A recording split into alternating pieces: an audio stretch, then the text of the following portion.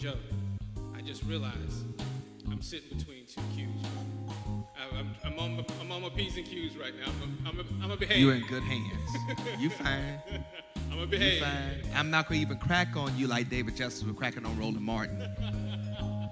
But if you look at the color in his beautiful tie. It is very beautiful, isn't it?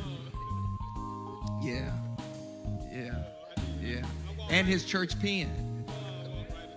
Yeah, and his church pen. See, we were doing fine, man.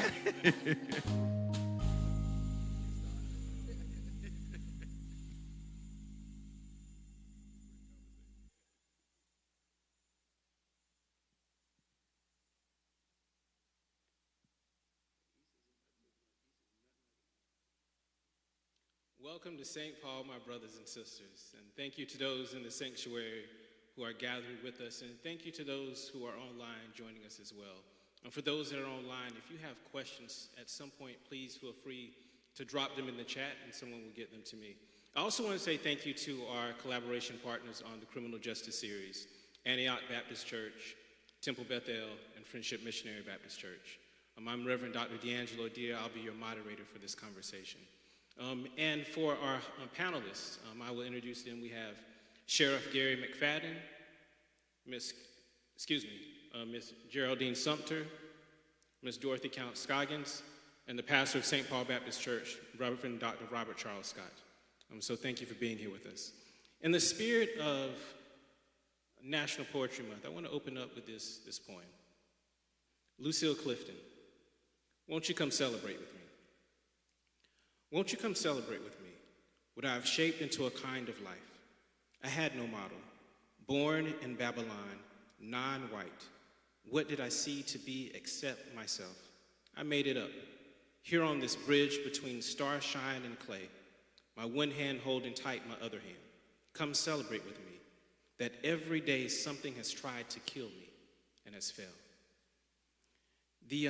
I am looking forward to this conversation. I just want to give a disclaimer. The panelists have no clue what I'm asking this evening. I did not share any of the questions with them, but I am gracious and thankful for their time gathering with us. My first question here, just an icebreaker, something relatively smooth, and anyone can chime in whenever you're ready. I'll tell you what, before we start questions, yes, let's open up with prayer. Thank you, Dr. Scott. Thank you, Dr. Scott. You mind opening us up with the word prayer? Let me take my pastoral prerogative and welcome you all to the St. Paul space, and we'll open up with the word of prayer, and then you can bombard us with questions so we can have at least clarity of thought and precision of speech. Yes, sir. So let's go to the Lord in prayer. God, we come and we thank you for this wonderful opportunity to have conversation about the brokenness in your creation. The brokenness because of sin and how it impacts how we relate to one another on personal levels as well as institutionally. And God, for our sisters and brothers who are on this panel, as well as those who are in this congregation, as well as those who are joining us on virtual platforms, give us ears to hear what you desire for us to know, and then give us the heart to move in such a way that we continue to make your kingdom a reality here on earth. So God, would you prick our hearts, minds, and conscience and give us clarity of thought and precision of speech so that we can think and say clearly what needs to be articulated that will help us to move toward the betterment of our society as a whole. It is in the name of your Son, the one we walk with this week as far as Holy Week is concerned, Jesus Christ, we pray. Amen. Amen. Thank you, Dr. Scott.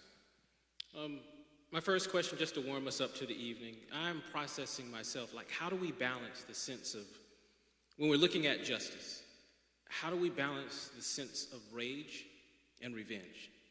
How do we really vacillate between the two? So I'm asking the panelists, like, how are you balancing the two? And specifically, I'm processing, how are you processing the indictment?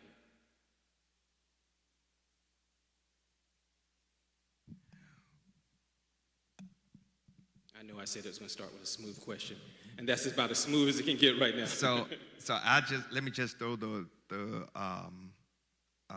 from a biblical prophetic perspective, I think that we are called to engage in what Dr. Tyshawn Gardner calls sacred anthropology, in the sense of reorienting what it means to be created by God and created in the image of God. And so when we talk about rage versus revenge, from a prophetic and a biblical perspective, we are not called to engage in revenge. We are called to be angry but do not sin, and not to let the sun go down on our wrath, which basically means that God has no problem with our anger as long as our anger does not produce violent retribution that continues to distort and destroy creation. So that's one aspect of it. As far as the indictment is concerned, I guess you're talking about, what number was he, 45? I'm sort of like, my favorite late night host is Steve Colbert, and he does not say his name. So I'm like that tonight. I don't want to say his name, so we'll say a number or the previous president. I think that we just have to see how this thing is going to play out. I know that from my perspective and how I've seen how whites have been treated versus how blacks have been treated with the same thing, it should be an interesting outcome. I do remember, and we have, of course, legal scholars that are on the panel that can probably give great more insight than I can. John Edwards, some years ago, was caught up in something similar. He did a little time, didn't he? Exactly. Why? Color of skin and money.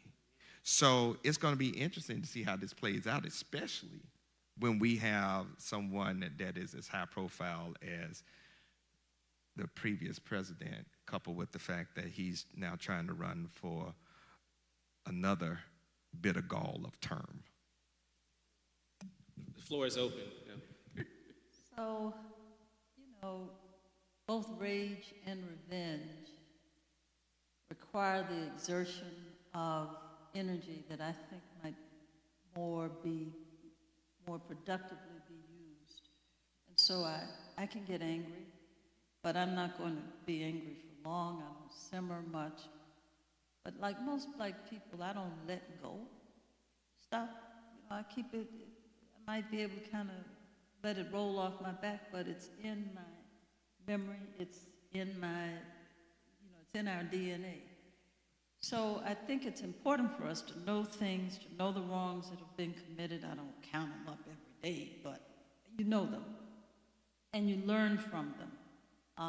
But you've got to have some passion, if that's what you mean by revenge. You definitely have to have some passion to keep you fueled and moving forward. But revenge and rage just take up so much space that you lose the ability sometimes to see what it is you need to take care of. You can't focus through that. So I don't spend a lot of time on those extreme emotions. Early on, I had a civil rights lawyer who was working for a group I was engaged with say, we don't get too excited. If you lose your cool, you lose your case. So you have to stay focused. You have to keep our eyes on the prize. Now, this thing that I don't want to say all of you, but so many people are excited about this indictment.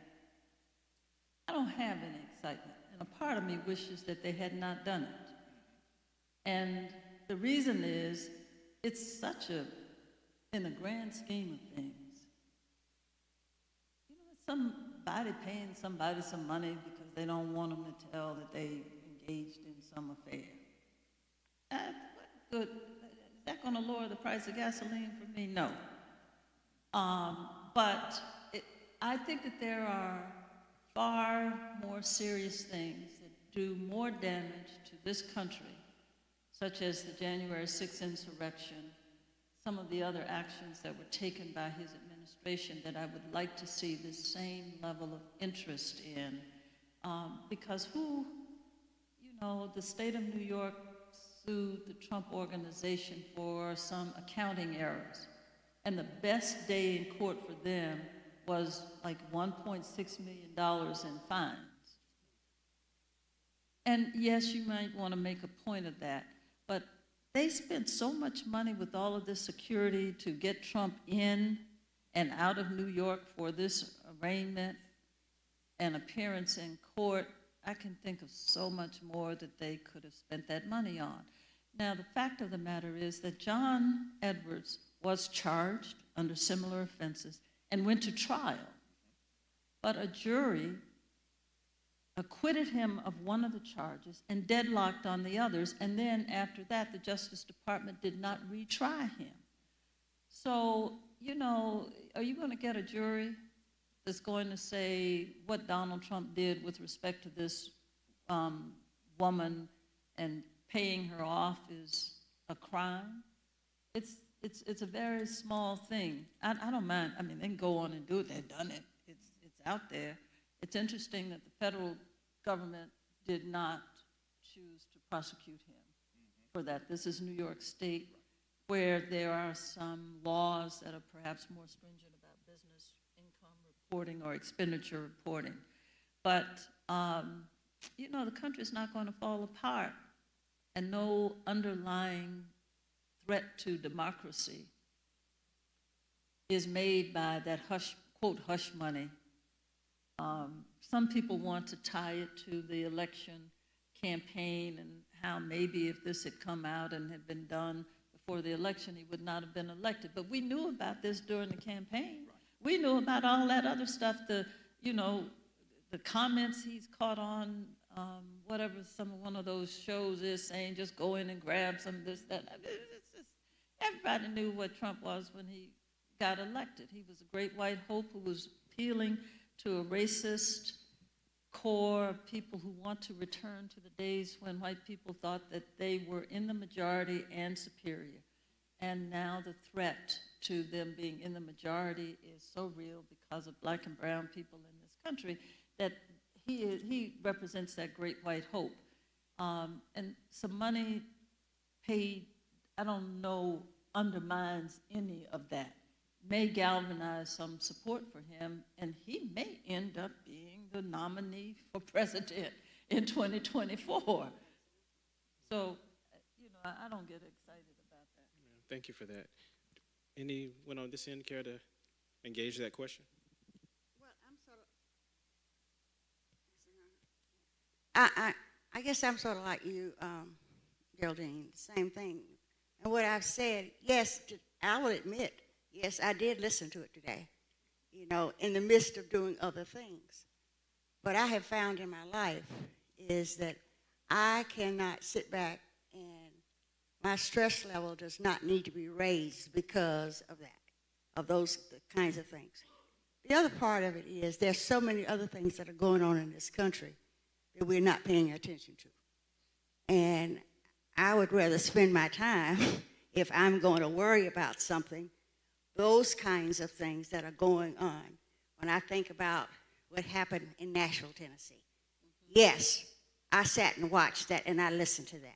Those kinds of things upset me, but at the same time, I am not, I don't get outraged.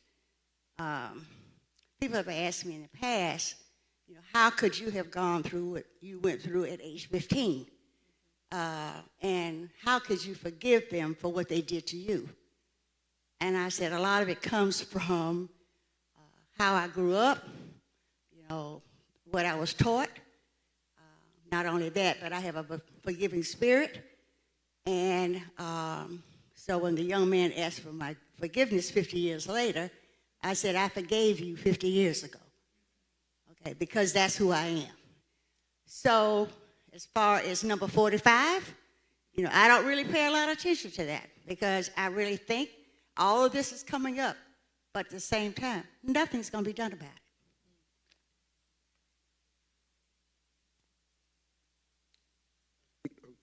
I have nothing to say about that.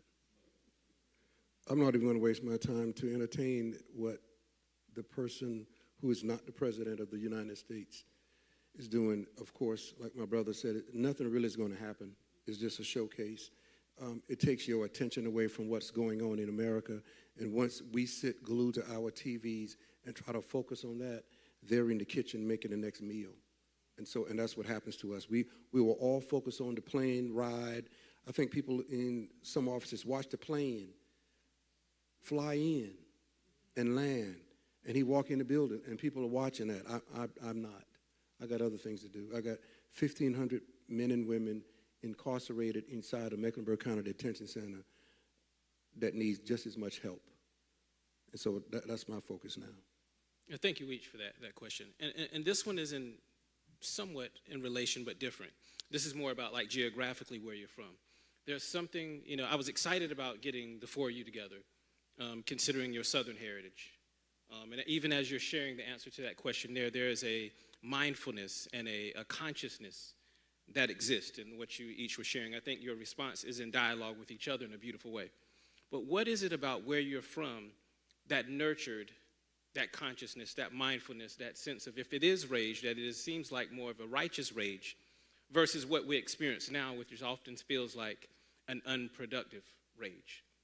The four of you, in my experience, interacting with you, are conscious and productive in that sense. But what was it about the spaces you were nurtured in has led to that productivity? Well, for me, I wasn't bamboozled with anything else. I went to a all-black elementary, middle, and high school. We were so black, we didn't even have white milk. We had chocolate milk inside our building. So, and I grew up with my great-grandmother on the same street. Three of my grandmother's sisters was living on the same street. I saw all of my uncles, all of my aunts. All of them were married. None of them were rich, but we were rich in family, and we were rich in tradition. I'm the only child in my family that pays a mortgage. My sisters and brothers all have homes that my father built, and none of my father's brothers ever went to college. But my grandfather made sure that each one of them had a trade. Plumber, electrician, my father was the brick mason, Uncle Johnny was the painter. So he made sure all of them had a trade, so when it was time to build a home, they would build the home. Now what my grandfather said, marry somebody who is smart and pretty. So they all married intelligent women, including my mom, and were pretty, including my mother, and they all had great jobs, which were at that time school teachers. So they fund the homes to be built. And so that's how we survived. But then we would have actually meetings with families, the family reunions before Alex Hazlett and Roots. We had to do that in the 60s. You met at great-grandmother's house, and you have conversations. And you had to take care of your family, brothers and sisters. We have a Facebook website that anything goes on to the family, in both sides of my families now, you put on that website. Instead of Facebook and everything, we keep up with each other. So we are pushed for success, and they demand success. If you ever come to my office as the sheriff, you will never see an award on my walls. Imagine being the sheriff for 41 years, and you cannot put awards on your wall because your family will come there and pull it down and say, how dare you believe that you want somebody to showcase your accomplishments, but there are still people out there who need you. And so we have to instill back in our families true family tradition and truly taking care of each other. And we have to do that. If we don't, we're going to be, as they said, on the back burner. I'm going to piggyback on what you just said. I grew up in Charlotte. My parents moved here when I was 4 years old. Charlotte is home. I left Charlotte after college, but I did come back home. I've always considered this home. My parents moved here in 1946. We lived on the campus. We lived on the campus of Johnson C. Smith University because my father was a professor there, but my father was also a Presbyterian minister. Bring it up a little bit. Bring it up. Okay. And so I grew up in that kind of environment where education was stressed. But not only that, I also grew up with my grandparents who lived in eastern the eastern part of North Carolina. And I don't know if you know anything about the eastern part of North Carolina. They lived in a small town. They probably had maybe 1,000 people that lived in the town. And of that 1,000 people that lived in the town, maybe probably 800 blacks and maybe 200 whites. And then the other part of it, they lived, also there was another culture or race, if we can call it, and that was Native American Indians, the Lumbee Indians. So if you know anything about the Laurinburg, Lumberton area, that's the area in which my grandparents lived. My grandparents didn't have the kind of education, but at the same time they stressed to their children that they get an education. Education is extremely important. My grandfather also had his own, he was a barber. My grandmother was a seamstress. But we grew up in what we call, I always say, a sense of family.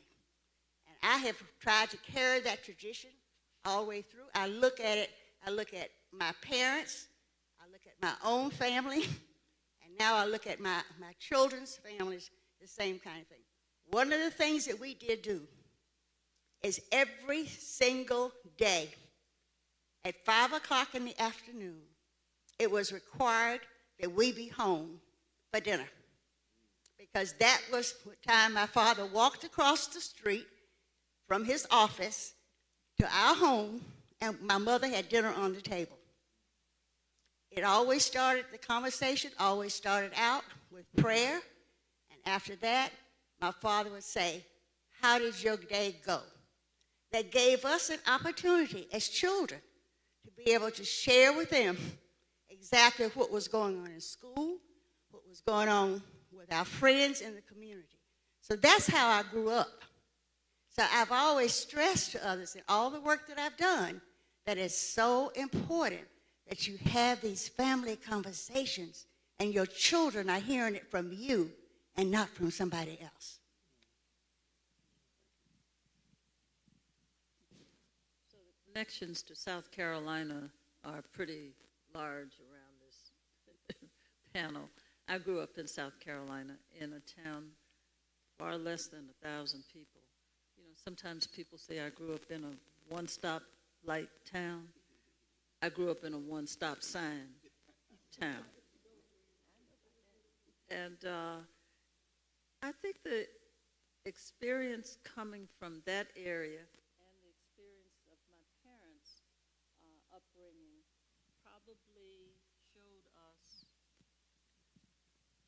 probably showed us a lot of collectivism. My father was a union member. My grandfather was a farmer and a carpenter. He inherited land from his mother, and from that land, he cut the timber, took it to a mill to cut the lumber to build the house, the second house that they had. And today we still own that land. All of my grandfather's land is still in the names of some family member. He had one brother. His nieces and nephews or their children own the other half of the land.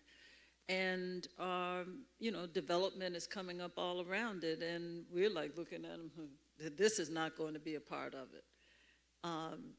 Nobody really farms that land anymore. They have gardens on it and what have you. But growing up as such helped me to understand how some things just happen. Like, I try to grow vegetables now. I grow lots of plants, and I even try to grow vegetables. But I understand what food production is. I've seen people grow cotton fields and soybean fields, and I've seen what it takes to make that happen. You know, I think when you understand what the process of something is, it helps you understand that things don't happen all of a sudden. It just, you know, chicken doesn't come from the grocery store. And it helps you understand and appreciate how you need to organize and put things in place to make things happen. This young man said when he went down south, somebody would tell him he needed to prime that pump Now, some of you have never heard of priming a pump before, but it's a process whereby you pour some water down in the pump and pump it so that it gets the water coming out. It's a phrase that, you know, if you don't have any need for a handheld pump, you wouldn't know. But the fact that you understood that putting water into this pump helped generate the water, helps, you know, it's a basic engineering kind of thing that if you know this, you get to apply that elsewhere. And so the thought process, the logic, the analytical abilities that go with all of that are things upon which we layer as we go forward and address and tackle other things. So I think that's probably the best that I can tell you about my upbringing. Thank you for that. I'm not from North Carolina. I'm from Mississippi. Yeah, I don't think you can get more deep south than that. Born in Chicago, my mother and her husband moved back to Mississippi when I was about 9 years old. I was influenced by my mother's adopted mother, who I call Momo. Stayed with her. My mother was a high school graduate, had gone to college. My parents weren't married.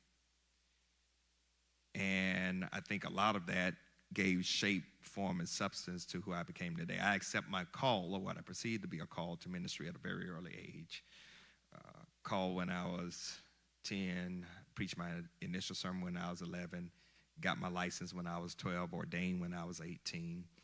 And so growing up in Mississippi, I went to a high school. First of all, my hometown only had one stop. Well, we had three, and they downgraded it to one when they did the bypass. So had a very small hometown from which I hail. And I'm very proud of my hometown. When people ask me, where are you from? I don't say I'm from Jackson, Mississippi. I say I'm from Monticello, Mississippi.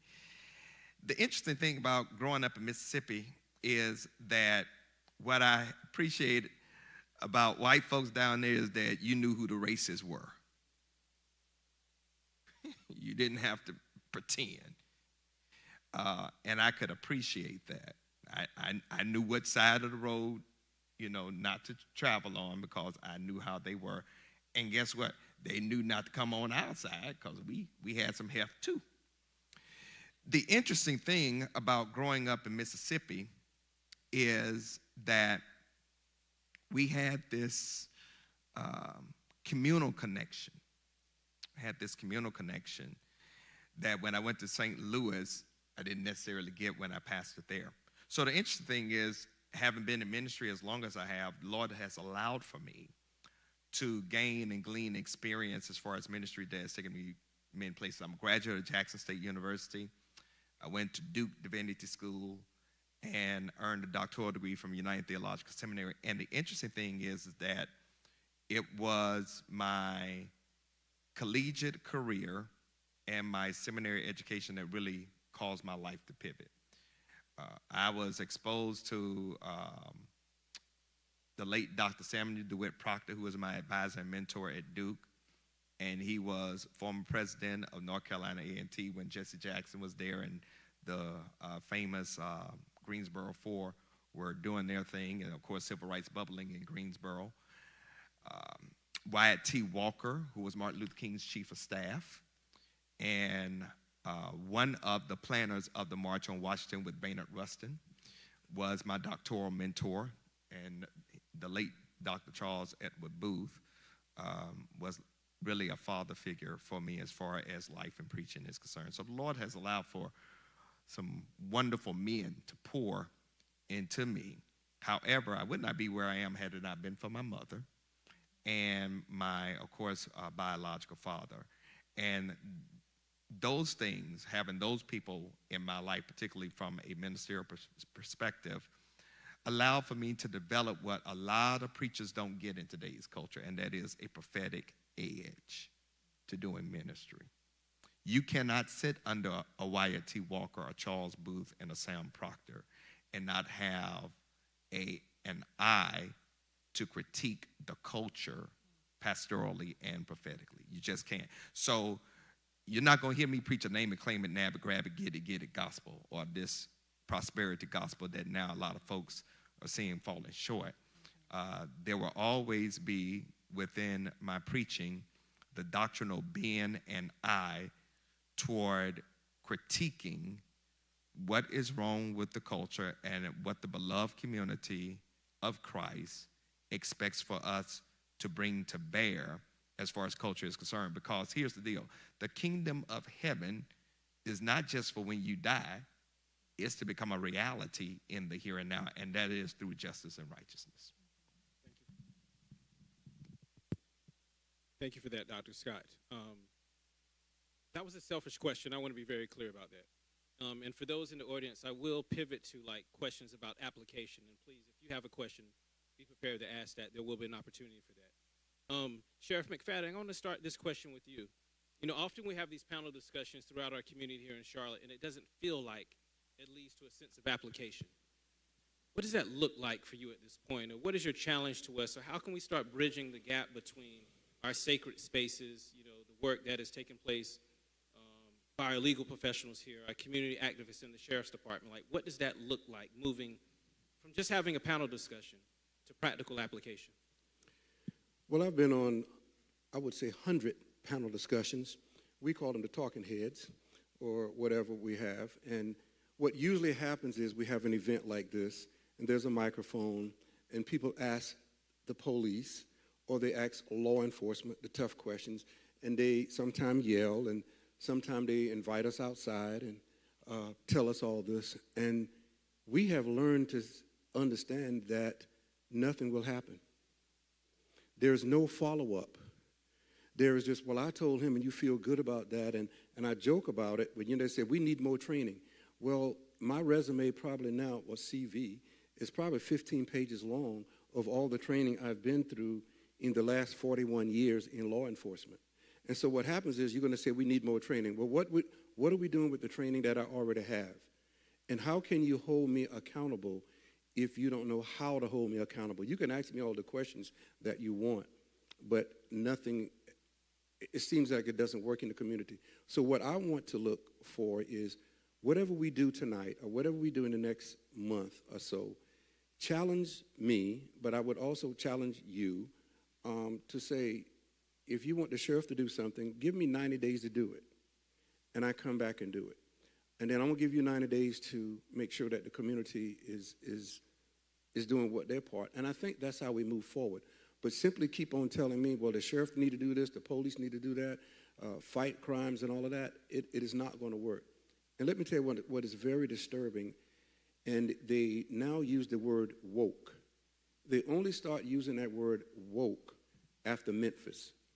The incident in Memphis, where this young man lost his life to the brutal beating of these officers, it kind of set us in a different mindset. And I was in Orlando, and the communities across America only marched Friday night, Saturday, and everybody was back to normal on Sunday. That sent a message to a lot of people. But I think that if we can come, I will allow you into my sheriff's office. First of all, you have to know it's a sheriff's office, and it's not the sheriff's department, and it's a reason for that. I'm the highest elected official in the county. Nobody's higher than me. Most people say, well, really? Yes. If we can, I want to educate our community so you can hold us accountable, and so we can also hold you accountable for what goes on in your community. And then I think that we will move forward some. And I think that's where we need to start. Thank you for that answer. A different question for you, Ms. Sumter. You know, have there been moments where your spiritual values were in conflict with the values of your profession, or however they've been affirming of your profession?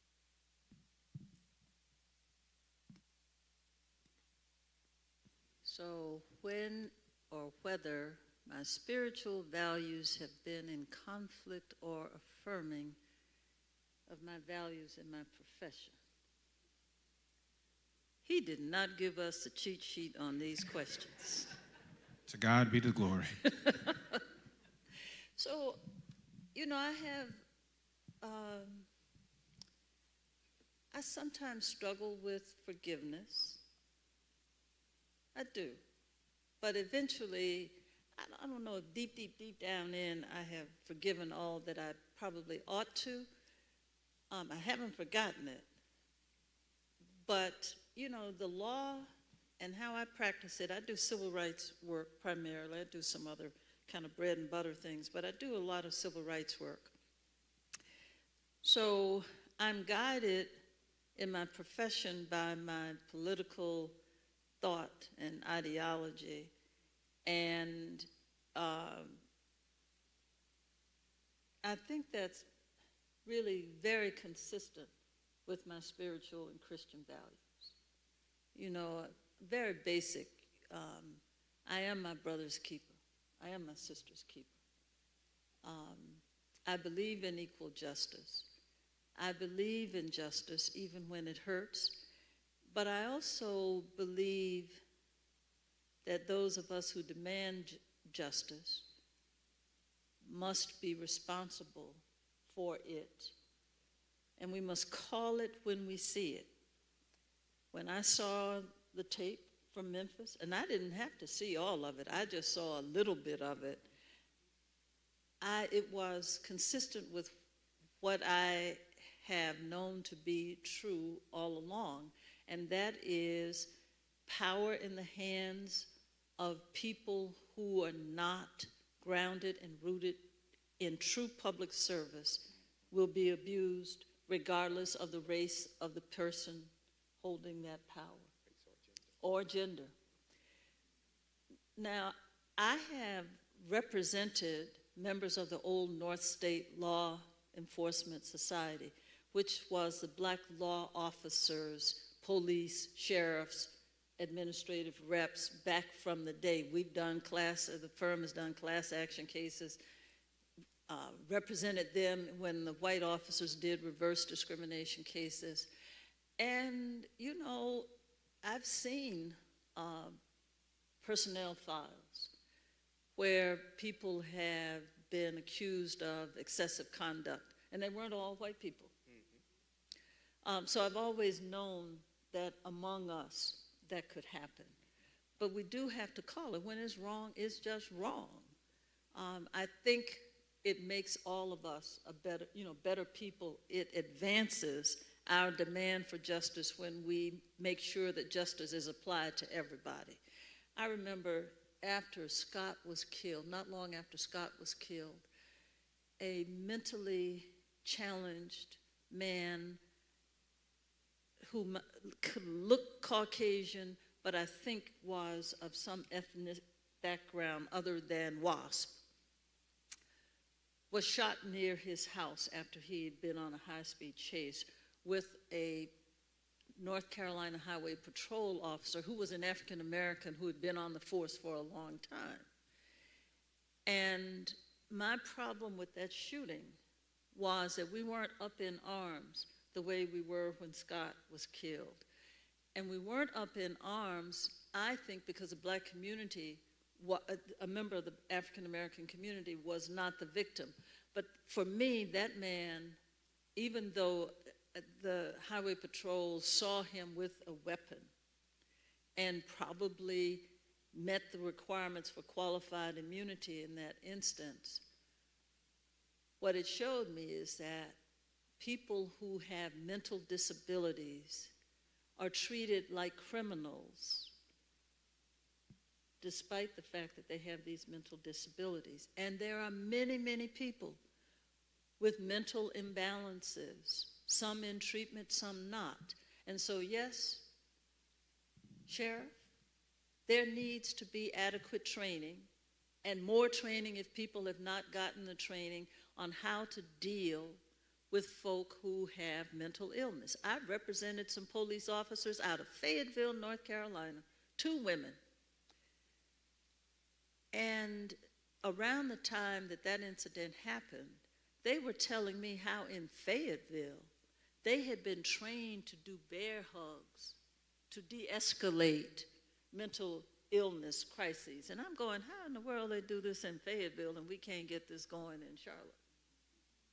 So it's a question not of how many training classes you've been to, but what are the relevant training classes that you've been to, and is the training that is provided relevant to the issues that are facing us now? And so sometimes there is a need for more training. That's a little bit off of the question. No, it's perfectly fine. I asked. Ms. Scoggins, you shared earlier how many years young you are, and I was just reflecting and thinking on, like, why continue this work for equity when there are, I'm not saying that any of us should check out, but it does somewhat feel like you've done your labor. You know, why continue this, and how, if possible, can we eliminate this generational divide that seems to exist when it comes to doing this work? Well, what I say is, at age 15, what happened to me at 15, I vowed would not happen to another child. So yes, I've been doing this work over 50 plus years. And I continue to do it now, even more so than before, because I have found that now we live in what I call a very selfish society. And I say that to say that it's not, now it's about mine, my child.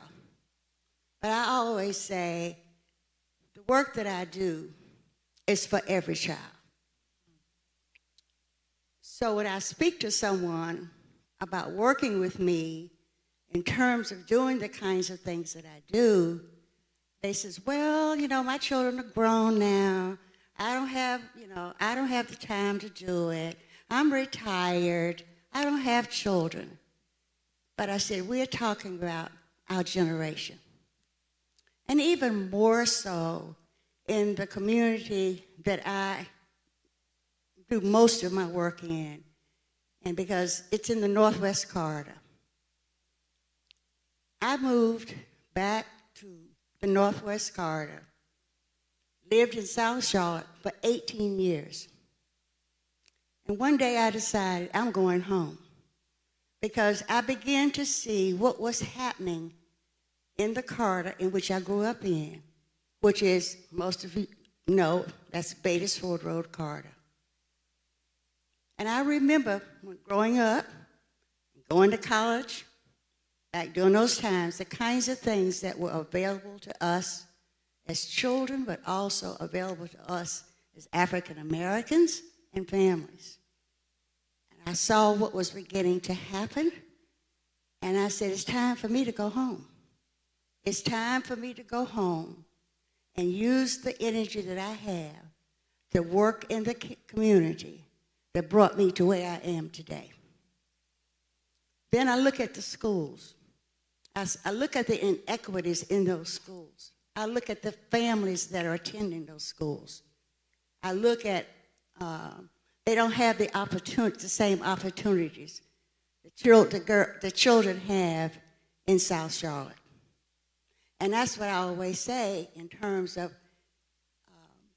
equity across the board. And I feel that those kids need to have the same kind of resources. But we have to be the ones who have to go in there and demand that. I ask groups, how many of you have looked at school board meetings? How many have you attended a school board meeting? So when you ask me, yes, I have no problem, and I told him, last Saturday, I turned 81 years old. Wow. And I continue to fight for those children as well as children across this community and make sure that they deserve to have the same as every other child in this community. Sometimes I feel like I'm by myself, but that doesn't necessarily mean that that's going to stop me from doing it. And so I think a part of it, as I said, I made a promise to myself at 15 that what happened to me at 15 was not going to happen to another child. And so that's one of the reasons why I continue. But a part of it is my passion. You have to have passion for the work that you do. And I think sometimes, and because I grew up in a segregated world, and when you're talking about, the other panelists are talking about where they grew up, yes, I basically grew up in Charlotte, but I still grew up in a segregated world. I experienced a lot growing up in Charlotte. And I think what happened for me is that a lot of people now, especially the generation now, have not had those experiences. But I remember when you had to drink out of a water fountain that said colored. I remember going, the movie theater we had to go to were either two. One was in Brooklyn, that's now torn down. The other was a Grand Theater on Batersford Road. I remember we couldn't go to bowling alleys. I remember we had to go around to the back of the building if we were going to get something to eat because we couldn't go inside. So yes, I experienced all that. But because I experienced all that doesn't necessarily mean that I continue to fight for making sure that what we have is equal across the board. Oh, thank you for that answer. Thank you. And this question is for Dr. Scott, and then I want to open it up. I have more questions here, but I want to make sure there's space and time for those in the audience. And this question, Dr. Scott, please take it as you see fit. And I'm also I want to acknowledge two youth that I'm not going to say are members of St. Paul that were incarcerated, and they've since returned home. And this isn't a calling out. I'm not going to say their name. This is a calling in to come back home. They've been gone for quite some time. So something I'm processing, Dr. Scott, is what is it that as the disciples of St. Paul that we can do to support you, or what can we do as a community to make this church and other congregations feel invitational for our incarcerated siblings that are coming home? That's a great question. I think, first of all, it requires a person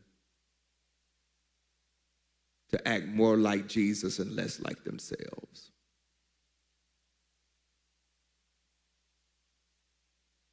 Because the natural inclination for a lot of us when somebody comes back home is, well, God bless them.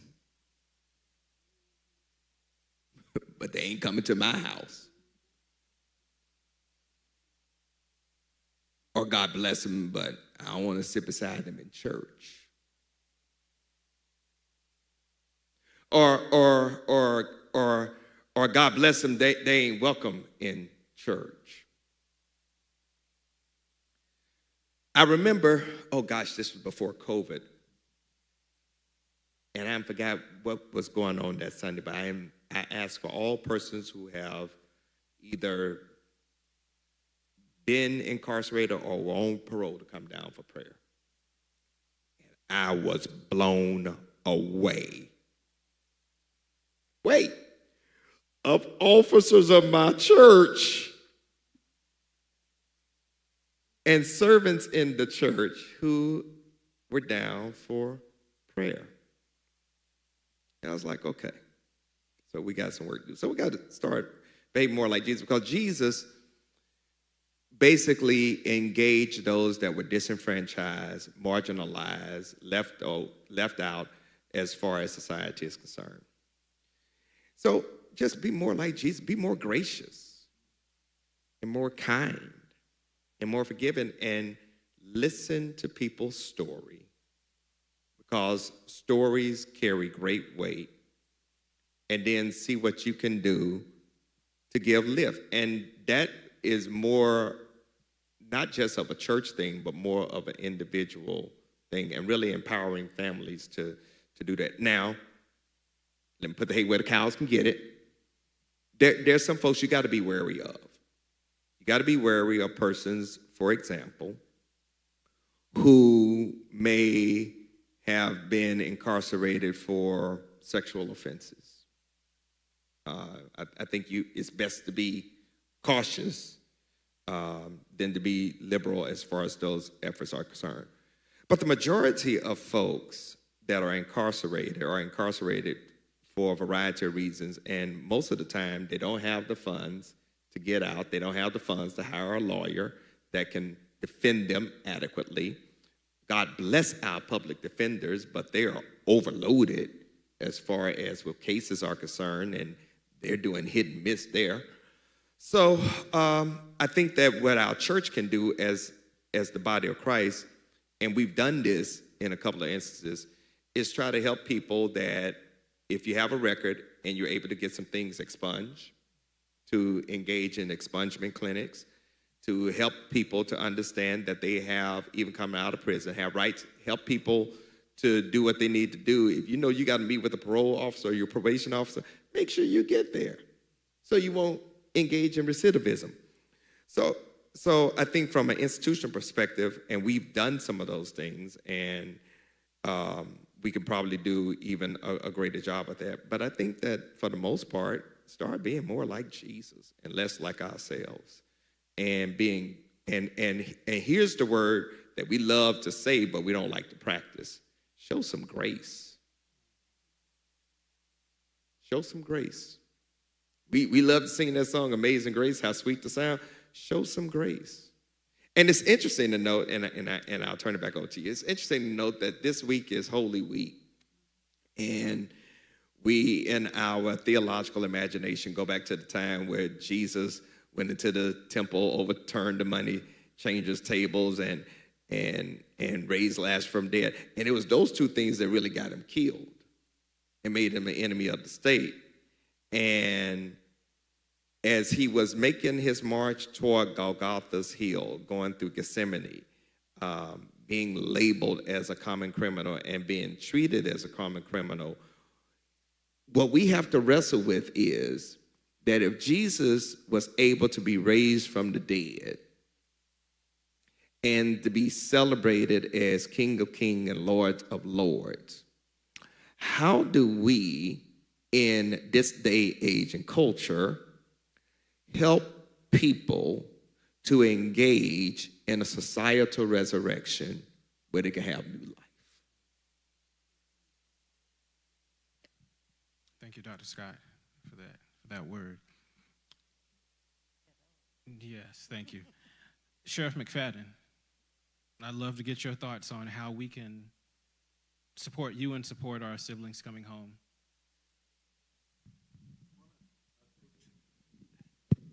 I think what we need to do is come and see what the sheriff's office does.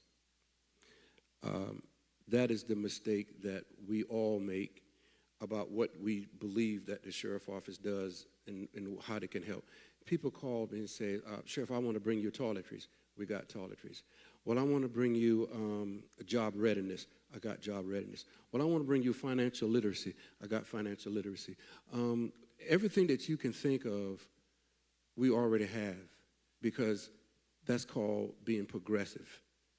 And I love that, but I say what we really need, and this may be the wrong place to say it, Lord, forgive me. We don't need a prison ministry. Amen. We don't. Amen. Amen. We don't. Amen. Amen. We just need for you don't need an organization. You don't need a 501(c)(3). You don't need an LLC. You don't need to have anything but your time. And come and see my men and women. We have changed it so much that I travel now to other cities doing the same thing. We don't say jail, we say detention center, because we are intentional about how we treat our people. We don't say inmate, we say actually resident. Do you know how many dental chairs that I have there? Y'all don't know we have a full-time dentist doing dental work. I had to buy 2 additional dental chairs. Do you understand that young ladies are still incarcerated who are expecting? We had to rush a young lady to the hospital last night because her water broke. And so they took her to the hospital, had the baby, and come back. Do you know that we take 12 to 15 people to doctor's appointment every day outside of the detention center just to go to their doctor visit? Because we have people with ovarian cancer, stage 4 colon cancer, all inside, because they still get arrested and come in. But when he was talking about what can we do for people when they're released, let me give you a hint. We don't need socks. We don't need hats. We don't need jackets. And we don't need gloves. We don't need all of these things because everybody give an abundance of them during the Thanksgiving and Christmas holidays. We need your time just to talk. You don't need to bring the organization. Men and women just want time to talk and to relate. And if you don't believe me, come and see me. I carry a letter around with a young man said, I'm his lighthouse. My residents pray for me. Do you all pray for me? We have a women's summit inside. Nobody knows we have a women's summit inside. It's called Still Our Rise. We do everything that you do out here, we do inside. We have a men's summit called Remove the Mask because we all wear the little mask. We have a culinary school. I call it Men with Knives because everybody has a knife. Well, they're in prison. But if you're talking to someone with sense and you're going to change them, you're going to have to trust them, and they trust me. We have a barber school. Walmart, you don't know this, Walmart came to me and a 3-time justice involved, because we don't say convicted, justice involved person, his name is Sean Corbett. I always pimp him out, as we say. If you go to Wilkinson Boulevard to the Walmart, there's a barbershop in Walmart. When Walmart saw what we were doing without a company, they gave us money to create the first barbershop in Walmart. He has 10 different barbershops in 3 different states. This is a justice-involved person. So when you say, what can you do? Think about coming and helping men and women after they're released. Because as my brother said, that's Sister so-and-so, son, praise the Lord, we love you, brother, but you don't help them. And so what happens is they go back to the life of crime because the people who are on the street who they left who are committing crimes welcome them home more than you do. They appreciate them more than you do. How's your mama? If you got a little something, let me give you something. We won't give them a job. We won't let them come to work. We don't want to sit side. And believe it or not, we joke about it. Me and my residents joke about it. Well, I'm glad. Imagine this. Over 300 people were registered to vote inside the Mecklenburg County Detention Center last year. We have about 200 registered to vote this year. You don't know that. You just think there are a bunch of people convicted and they're in jail. But wonder if one of those persons could help you by giving your family member a kidney. But he's a convicted felon. I don't want to do that. We laugh about that. Well, they need a blood transfusion. They need plasma. We don't want to give them our blood because we are convicted felons. That's how they see you all, because you all genuinely don't love them and nourish them. You will hear a lot about the sheriff. Nobody died in my detention center during COVID. Am I in a hospital? No. People died at Carolina Medical, Atrium, Novant, but nobody died at the Mecklenburg County Detention Center. We should celebrate that, because what we did with my staff is we have our own town hall meetings. And they see something, say something. So what we are saying is, come and learn what we do there first before you judge us. And then you will find out what we need. If somebody say, how can we help you today? You know what I need right now? I need Uber passes. Why? Because people are leave the detention center in the middle of the night, have no way home. Well, I don't know where your money going. Well, you give it to everybody else. I walk around. If you walk out this door today and open my glove compartment, there are 3 Food Lion cards of $200. When people say, what can we do for you? Don't give me $1,000. Give me 10 Food Lion gift cards, because we still feed the community. And so these are things we could do to help our returning citizen. And somebody asked me why, and I'll stop because I'm very passionate. I'm sorry. I'm very passionate about this. They say, Sheriff, why are you doing all of this? And nobody has answered this question yet. Well, how would you want me to prepare your neighbor? How would you want me to prepare your neighbor? Because they're going to be your neighbor or somebody's neighbor, or they may be your family members. So how would you want me to prepare them? I'm just preparing better citizens for our community. But how you could help, come and first see what we have. Then said, this is a good idea. But come down with the president, I'm not letting you in. Prison ministry, I'm not letting you in. Coming down with this, well, we want to do financial literacy, I'm not letting you in. We do all of that. Help us find them a home. Help us find them a job, and support their mental health. I'm the only detention center in the state have a men's and women full-blown behavioral health unit. You never heard that. We're the only persons in the state doing capacity restoration. That means I have 15 people are trying to get their heads right so they can help defend themselves in court. That's what we do. So how you can help? Come, listen, and give your time and just talk, because Easter is coming and they are still there. Mother's Day is coming, they are still there. Father's Day is coming, they are still there. Christmas is coming, they are still there. Their children still go to school, but we don't have a PTA meeting that you know about, but we do. Think about that. Fathers have never seen their children because they have been incarcerated for 3 and 4 years. We have a program that we're connecting the fathers and the mothers who are incarcerated with their children, because we're trying to create better parents. Give me your time, give me your heart, but I'll tell you this. This sheriff will not let you in the building, let me be clear, if you are not intentional. If you come in here to take a photo or put on a website or do something for your organization, the sheriff will not let you in. Because why? My men and women see this all the time.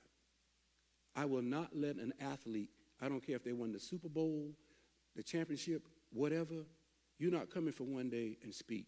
You have to give me a commitment, because all of them expect to come and give. I give out 200 turkeys every year.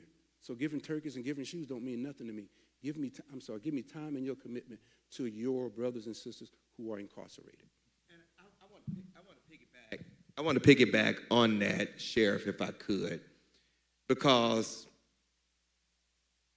and I know we used to try to do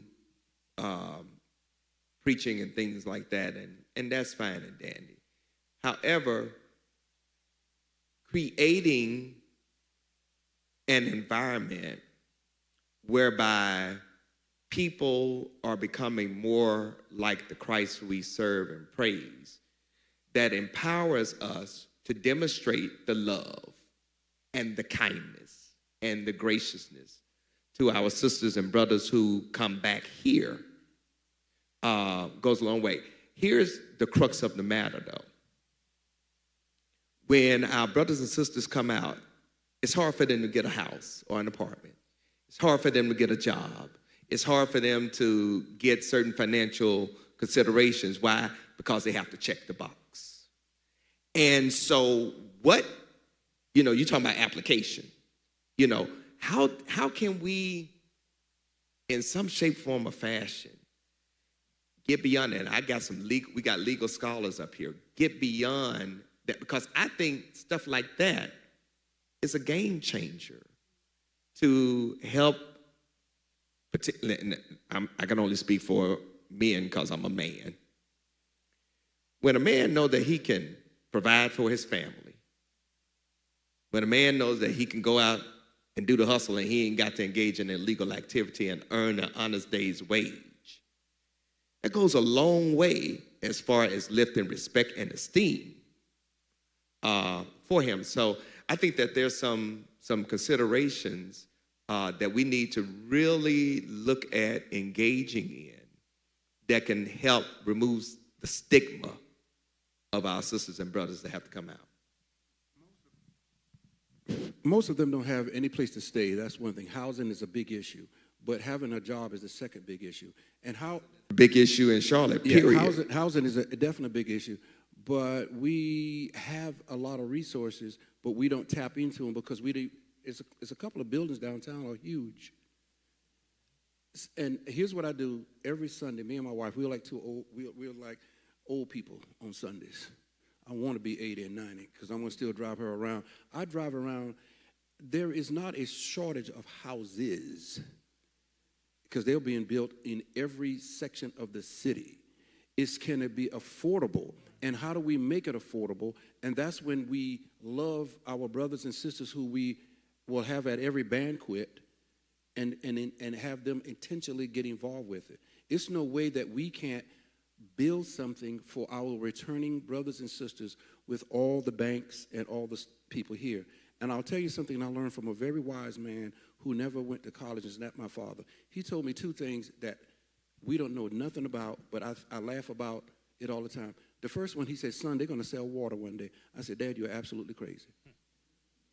Why would they sell water in a bottle when it's free? He said, market it right. How can we be in a deficit of a machine that makes money? I never thought of it like that. Nobody in here, I guarantee you, I could say one question and nobody will raise their hand. How many of you all have a family member work at the U.S. Mint? Nobody. Nobody won't even say who runs the U.S. Mint. You never heard a scandal at the U.S. Mint. You never heard anybody retire from the U.S. Mint. So the most best kept secret is what controls us is the debt. That's a machine that hits the money. Nobody's ever been, when we talk about the little guy who's getting arrested today, you never heard anybody being in fraud. You never heard anybody say, well, he was the president of the U.S. Mint. But that's control us. So if we just really ask someone, how can you help us, and be intentional, of all these people, we have the phone numbers and things too, I think that we can be successful. But we still like to go to the banquet, be the VIP, and buy the tables. How much is the tables? They'll call you, can you get a table? $1,200, $1,200, $1,200, $1,200, $1,200. Can you take that same table? Now, I'm going to hurt some feelings. Lord, forgive me. I'm in your house, brother. Lord, forgive me. We take that same money and take one $1,200 table and say we're going to pay somebody rent, or we're going to buy somebody's house that day. We can buy houses. Or, Lord, forgive me on this one. Please pray for me. Let's stop going to other countries doing missionary work. And let's just take one of those airline tickets and one of those hotels and do the same work here in this city. Well, we do that, so. Okay, so I'm just saying. No, but I'm saying, when you ask me. Yeah. I asked the question. So Because here's what I tell people. Okay, you got me. I'm living no fear. Think about how much of money that we spend on the mission trip. We do a wonderful job coming back, and it was powerful. Well, I'm going to throw this challenge out for those in the space, for those watching with us online. And I'm going to make sure, like, closing remarks for those here. And I do want to make space for those in the sanctuary that may have questions. I want to throw this challenge out to some specific organizations that I know are either watching us or in the sanctuary with us. This is just me taking the liberty. I got the mic in my hand. To my brothers and sisters at St. Paul, to Antioch, Temple Bethel, Friendship, to the men of Omega Psi Phi, to the brothers of Alpha Phi Alpha, etc., and everything in between. I think each of us can make a contribution for a $10 to $20 Uber or Lyft card to support our brothers and sisters that are coming home. I've been downtown at night, and I see where they're walking. And I'm going to ask the sheriff if he can briefly say this. I've been downtown to see where they walk back to, and every time I've been there, they've been rearrested again. Is there anything you would like to say about that, Sheriff, about where they're going and where they're getting arrested again at? Well, they usually go to the bus station and get rearrested before they get home, because they don't have a pass to get home. So they get on the transit service, and when they get on the transit service, you got to get off, but the security people are waiting there. So if they get out at 9, they will probably be back at 11:30, 12 o'clock. And so here's what I want to say. Why should you do it? I don't know how much time I have on this earth. And when God said this is your mission, I'm not asking anybody even to be this passionate, because you can't, because you haven't seen what I've seen or heard what I've heard. But imagine you do this, pastors in the churches and all the people online. Imagine if when that young man doesn't have, young man or young lady don't have a ride home, and I said, I can get you a ride home. You don't even have to come. We'll put it all on the phone. So this week, it will be Temple Bethel and, AME Zion, Little Rock. This will be their week. But imagine I do this. When they get that ride home, I hand them a card and says, courtesy of St. Paul Baptist Church. You may want to go and say thank you. Well, I can tell you right now, we'll figure out something. But I'm putting us on Front Street. We've helped Home Mission. We've done Charlotte Rescue Mission, Foreign Mission. We're raising money to help tornado victims. But I can say that, and we'll talk offline, Right. But we'll look at some things, and let me just say, you'll get a financial commitment from me by next week on what we will do for Uber passes. We just need Uber pass. We don't want bring Uber. I'm telling you. That's right. Well, Yeah, and it'd be substantial. I'm gonna pass the mic to Ms. Scoggins, and then I'm gonna open it up. Thank you. You know, I just need to say something. You know, I listen to what he's saying, but the same kind of support that he's asking for his residents, I'm asking for the same kind of support for our children. Because so that they won't end up as his resident. And so when I say that, you know, our children have gone through, through COVID, the mental health of our kids. I talked to several families, and what they said, I said, but you have to understand, yes, you had a mental health crisis during COVID, but so did your child. And we don't think about, oh, he's a child. Yes, he also went through a mental health crisis. So you can, you know, yes, I've gone to school. I've solicited from organizations, and I'm a part of my church in terms of preparing backpacks for school supplies and those kinds of things. But those children need you in their lives. So I go into the school, I become a reading buddy, I eat lunch with those children, but I go beyond that. I go talk to that parent because I want to know what that parent is going through, but also give her the resources that she can learn so she can do some of the things that I'm doing for her child. And we don't think about that. I'm just saying, I agree with what you're saying, but at the same time, sometimes we forget about our children. Yeah, Sister Dorothy, let me just say that the best form is prevention, and I thank you very much. Here at St. Paul, we're in the process, mental health-wise, with Village Heartbeat. We're in the process of creating a space here where the community can come and engage in mental health, get the help that they need for mental health through telehealth. And if it goes beyond that, then, of course, having those needs addressed in person. But we're getting ready to be, I think, one of either 6 or 7 sites throughout the area with Village Heartbeat to make that a working reality. So well, I'm familiar with Village Heartbeat. But the other thing, too, is we have to also look for people in this community that are willing to go in, like Dr. Scott said, he had mentors. And in 2017, I had a mentoring program at Garinger for 15 girls. And the mentoring program was building trust across race and culture. And we know at Garinger High School, a large number of the kids there, diversity-wise, is cultural. We had 15 girls. Those girls, we had them for 3 years working with them.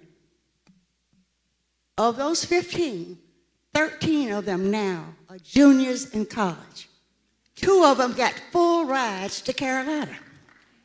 And that's because I reached out. Dr. Scott's wife was one of our mentors as a part of that program. So what I'm saying, we need to think in terms of other things we can do in terms where our children are concerned and our youth are concerned to help them be what we are today. I'm going to pass it over to Ms. Sumter. So I appreciate the comments about our needs to find people to help do work in our community, 100%. But I want to be at variance with you when you suggest that we don't have a responsibility and a role beyond the confines of our community. We don't live in an insular community. We live in a community of people from all across this country and all across this world. And I think we are obligated to broaden our horizons by learning from them as well as sharing with them. So some of the basic things that we talk about in terms of improving the lives of people in our community, we can share with other people in other countries, especially on the continent in the Caribbean. Yes. And even in South America. Our diaspora is really all over this world. And I would want us not to shy away from that. You know, we have this notion at times of being, and some people will call it nationalism, but we don't grow all of the food that we eat. Right. We don't make these microphones and these cell phones and these whatever. It's all dependent. This world is now has an interdependency. And so I think to grow our community, the people who you say are your residents and the people you are trying to keep from being residents have to have exposure and opportunities either through people who have gone or they themselves have, so that we have a better understanding of the world, not just that we are now living in, but the one that these children are going to be living in 20 years from now. I would agree with that 100%. And I would invite you all to our space. And what we live in that environment with our kids. Most people don't know we have a community engagement unit who go to the schools every day. And what hurts me is and I may get emotional, so you might see your sheriff cry.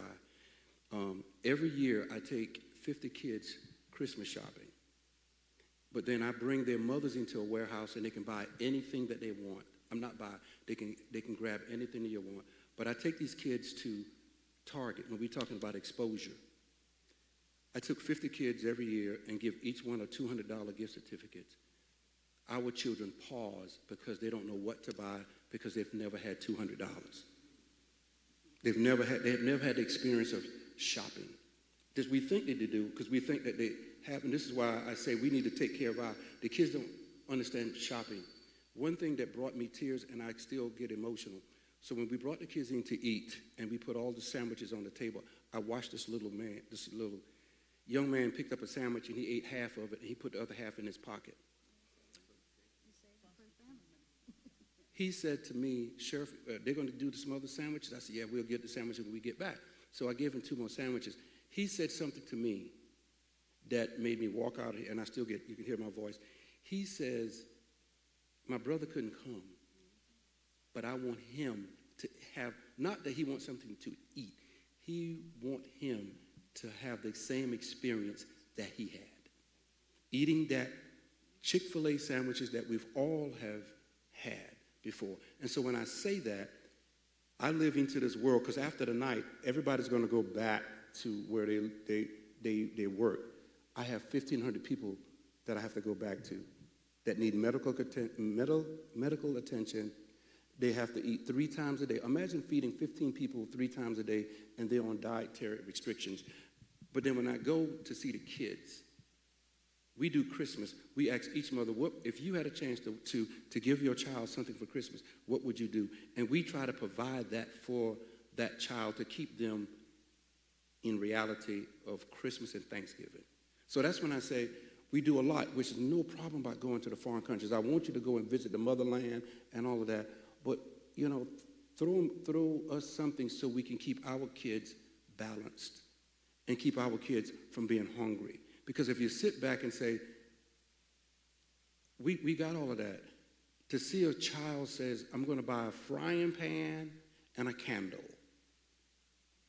I'm buying the candle for my mother because she has cancer and I don't want to see the light go out. I'm buying the frying pan because my grandmother cooks this unbelievable dish, but we all can't have some at the same time. And she says, I'll cook you some and you get it next time. This is 2022 and 23. That's the world that we truly live in. And so we are blessed in America, and we are beyond some of the blessings that we probably should receive. But for me, I just want, when I see those children cry or I see the mother says, I haven't seen my child. One young lady walked in. She's 18 years old. She's wanted in 3 states. She said, nobody wants me. Nobody loves me. Sheriff, come and see me. Wanted in 3 states as a fugitive, 18 years old. Happy. But she is a victim of the criminal justice system. Those are the, and so for when I tell people this, I'm living this passion every day, which I love. So when I'm talking about that, I have to understand that there's 1,500 people waiting for me to be their hope. And that's why I always say that. So I have to not defend them, but I always have to ask for them because they don't have the ability to ask, and you may never hear them. Let me just encapsulate all that I've heard, and I just want to put a pastoral covering over this, so D'Angelo, you can move on. We are in a global situation. And if you don't know what global is global and local. And so we're not called to do an either or, we're called to do both and. And one of the things that I can say about this church, I can't speak for any other church, but I can say about St. Paul, is that when it comes to mission is the lifeblood of this congregation. I mean, it ain't too many churches that's going to out-mission us. Now, they may out-technologize us and out-preach us, but they ain't going to out-mission us. So we're very intentional about doing the global, because we're in Africa, we're in the Caribbean. One of the things that, since I've been here, is that we have given major lift financially to places and situations. And we've done it locally. And now that you've articulated a need, we're going to talk about what we can do to address the need. But we're in this local situation, and I just have to give this church, I can't speak for any other church, and since we're at St. Paul right now, I'm going to brag about my church. It is a very generous, gracious, largesse, liberal, giving congregation. And if we know a need that we can address, we do that. So, like I said, for what you brought to the table, we'll talk offline, frat. But I am so appreciative of my sisters here. And sister, I got to find out what you're putting in your water, because you don't look like you're 81 years old. Maybe 60, but not 80. You don't look your age. But I am excited about the potential. Now, I'm done, and you can entertain the audience, D'Angelo. But here's the thing. We got to understand that you got to have folks in the streets and in the boardroom. You got to have folks that are agitators, and you got to have folks that know how to speak in a way to get things. And you got to understand, and I know this has become a bad word, unfortunately, in today's political climate, you got to know how to compromise. You ain't going to get everything you want. And you want to know how I know that? I was on the front lines in Ferguson when Mike Brown got shot. I was on the front lines in Ferguson and gave lift to a Tracy Blackman and a Starsky Wilson. I was on the front lines with them. And I saw that stuff up close and personal. And if you all don't remember, folks thought that all of Ferguson was on fire. You want to know how much territory was being desecrated? 2 blocks. And the media made it look like the whole city. So what I'm saying is that you got to have people that are agitating in the street, but then also people that know how to get what needs to be done so that the application, because here's the thing, it's about who controls the purse string and who controls the making of the law. Thank you each. I want to open it up. I'll at least take 2 or 3 questions. I believe Sister Walker and Minister Minor has a mic, so they'll come to. But while they're walking through.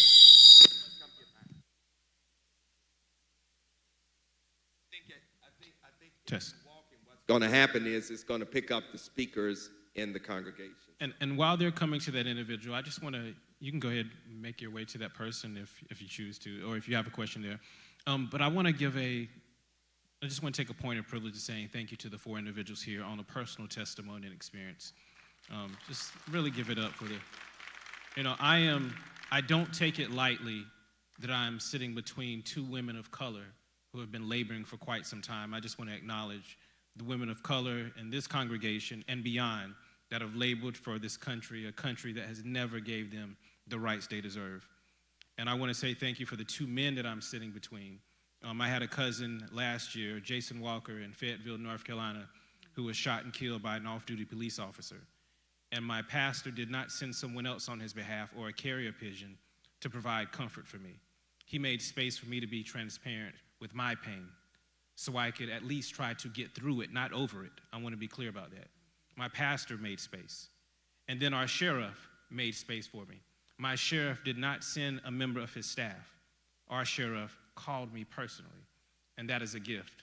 And I just want to say thank you to both of you for doing that for me. Minister Minor. Okay, our question online is, how do we lower the crime rate within the African American community with knowledge of the coming recession and the banking crisis and, of course, record inflation? How are we going to take action to lower crime?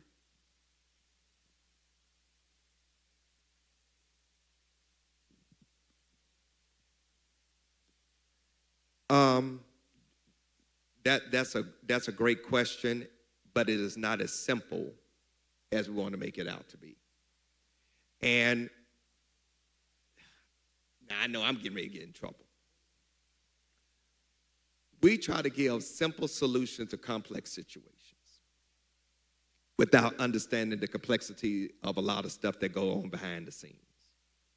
And so when you have people who don't know come out and say, well, why can't we do this? You don't understand all the untying that has to be done to make that a working reality. Legally, financially, and politically. Because guess what? You can have the financial and the legal means and not have the political will. And stuff get cut off. So that's why watch this voting is so important. So when they talk about the issue of crime and how you lower it, real easy. Don't do it. If you want a simplistic answer, you don't do crime. However, the greater issue is looking at where we are economically. You do know that there are over 9, last time I looked at the economic index, almost 10 million jobs are open where ain't nobody working. 10 million. And folks talking about, I can't find a job. But there are 10 million jobs that are open. And the reason why they're trying to, they keep raising the index is because they are afraid of how many job openings there are. So all of this stuff, economically and politically and legally, are intricately connected in such a way that one impacts the other. So I think that it's important for people to understand how that happens. So how can we help people to deal with it? First of all, try not to get a lot of stuff on credit. If you can get a job, try to get and maintain a job. And again, this is simplistic answers to complex issues. Be careful about the use of credit. Be careful about the use of credit. And whatever plans you can get into that the government are giving as far as with student loans and stuff like that, hopefully you can tap into that to try to reduce that. Our League of Scholars may have better answers than I've been able to give. So, I think it's an interesting concept that there is a conclusion by some people that just because we are going to go through hard times that we are all of a sudden going to become criminals. Oh! I just felt the quickening. I mean, I don't know that is our shared history. Yes. To be honest with you. Yes, I don't know what the empirical evidence is. But I did a double major when I was at Howard, and one of my majors was economics. And the economist says that a thinking person is going to maximize return on his or her efforts. So if the 10 or 80 million jobs that you have are part-time jobs that are going to cost people more to get to than they are going to pay, those jobs are going to stay vacant. Okay? So a lot of companies, this economy now is not the economy that I grew up in, where people were given the opportunity to work 40 hours a week at a decent wage. There are companies now, including some of the major companies, which prohibit people from working more than 30 hours a week. All of these people who are doing this online, helping you with your computer problems, you don't know what the answer is and how to take care of it. Some of those people are restricted by contractors to Google and Amazon and whoever else these networks are from working 30 hours a week. Because most companies that have health insurance plans say that if you've got people who are working 30 hours a week, they can be eligible for group health insurance. And you can't discriminate against people on those who are entitled to health insurance. If they meet the 30 hours, then they're supposed to be paid and given health insurance benefits. But we have allowed major corporations to create an economy based on better than minimum wage, which is still $7.65 an hour, federal minimum wage, by cutting corners, not providing health insurance. And after Obamacare came into effect, or the Affordable Care Act came into effect, it really helped a lot of people. Because if you are working 30 hours, you can get a good rate on an Obamacare insurance plan. So, you know, say whatever else you might about the Obamacare, that was a life-changing piece of legislation. But the economy, when I think from what my economic training is, if you got these little pieces of jobs out here and throw up in people's face, oh, there's a job down at McDonald's, but if I got to catch 2 buses to get there, if I got to work 30 hours a week to get to a 30, if I got to travel by bus or walking or whatever for 30 hours to get to a 15-hour job, and they're going to say you can work 3 hours in the morning and come back and help me during rush hour. What kind of job? That's not a job for a lot of people who are displaced. So let's be careful.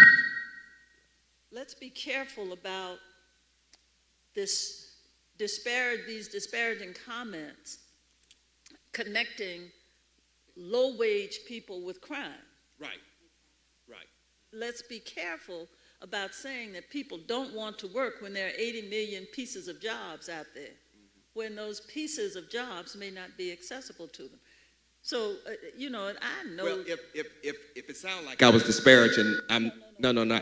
But can you say more about the livable wage? Because I found out that it takes 4 people living in a 1-bedroom apartment to take care of rent here in Charlotte, North Carolina. The concept of a living wage varies from place to place depending on what the cost of living is.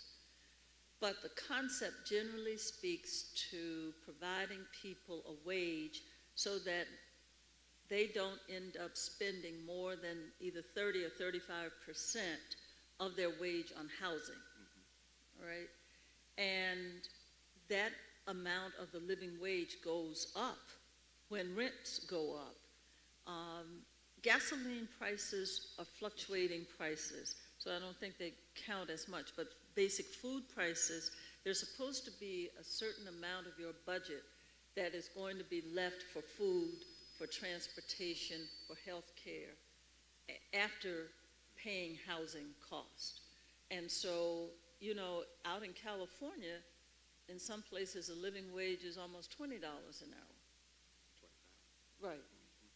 Here, I think the last I heard it was $15 an hour. And there are a lot of jobs that pay $15 an hour, but you don't get enough hours to get the gross income that you need. And that's a real problem in this economy. And you've got a lot of people, you know, when you tell me, oh, don't get me talking about folk who say black folk won't work, right. I'm ready to fight you. Right. I mean, I am literally ready to get up in your face because I walk early in the mornings.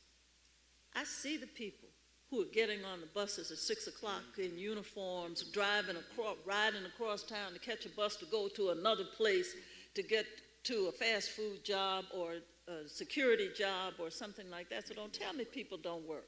I mean, right. And people who are going to the hospitals, I see the crowd flowing, getting over to CMC Maine and Mercy. Those are black people getting ready to do the dietary work, getting ready to do the first changeover work. And you know what pains me now? I'm walking by all of these construction sites, and I see all these people in yellow jackets. I don't see any black people in the yellow jackets. I don't know how much money they are making. I don't know. It's probably $20-something now. But do let me tell you, they don't make as much money as you think. I do a lot of employment work.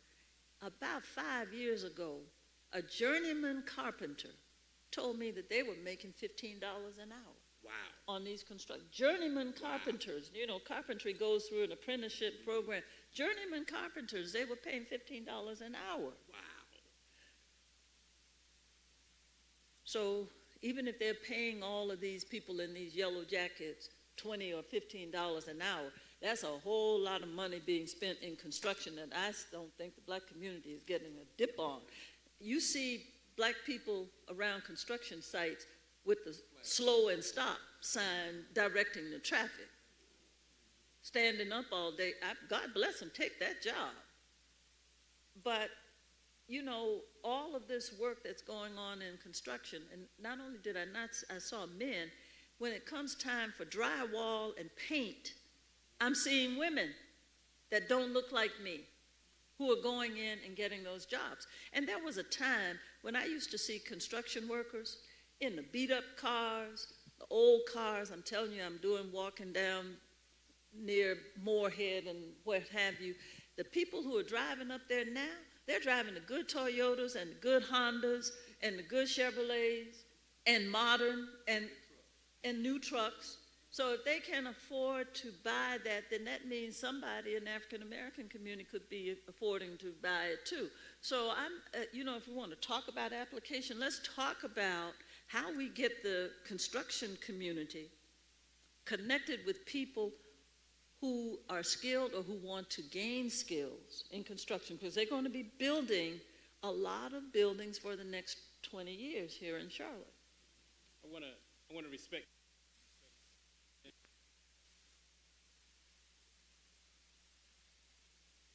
And Minister Minor, whoever you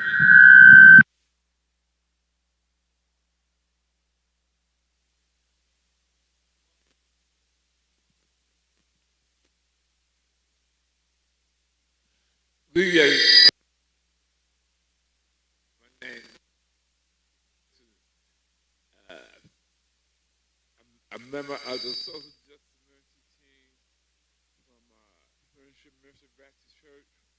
My question is, I ride the bus. I have a two-pronged question. I ride the bus. I see a lot of people who have mental illness walking around at bus terminal, at gas station.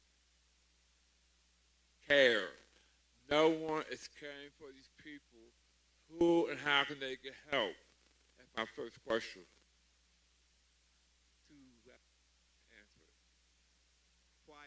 That requires a greater lift than what all of us can do. Remember back in the 80s, when Ronald Reagan cut help for people that were mentally challenged and put a whole lot of folks out in the streets, and we have never recovered. And I think that there's going to have to be something along the national as well as state level from a governmental perspective that's going to have to come alongside and give lift to help address this issue, because not only does that feed into the issues of caring for our brothers and sisters who are mentally challenged, but a lot of them also don't have homes, and a lot of them are homeless. And so there needs to be a multi-pronged approach to help deal with that. But I'll be honest, I know that in and of myself, and even here at St. Paul, I know that we can do all things through Christ who strengthens us, but it's the all things that we've been assigned to do. And the all things that we've been assigned to do is to advocate for persons that need to get that lift. So I know that's one of the things I've seen that can happen. My second question is, I know the economy is changing and the job market is shifting. People aren't taking those jobs that's paying very low income. They want more. They want more skilled positions. And the economy is shifting away from restaurant workers who does not pay rent and mortgages in Charlotte. My question to staff up there is that how can we put caps on these rent and mortgages that are skyrocketing across Charlotte and across America?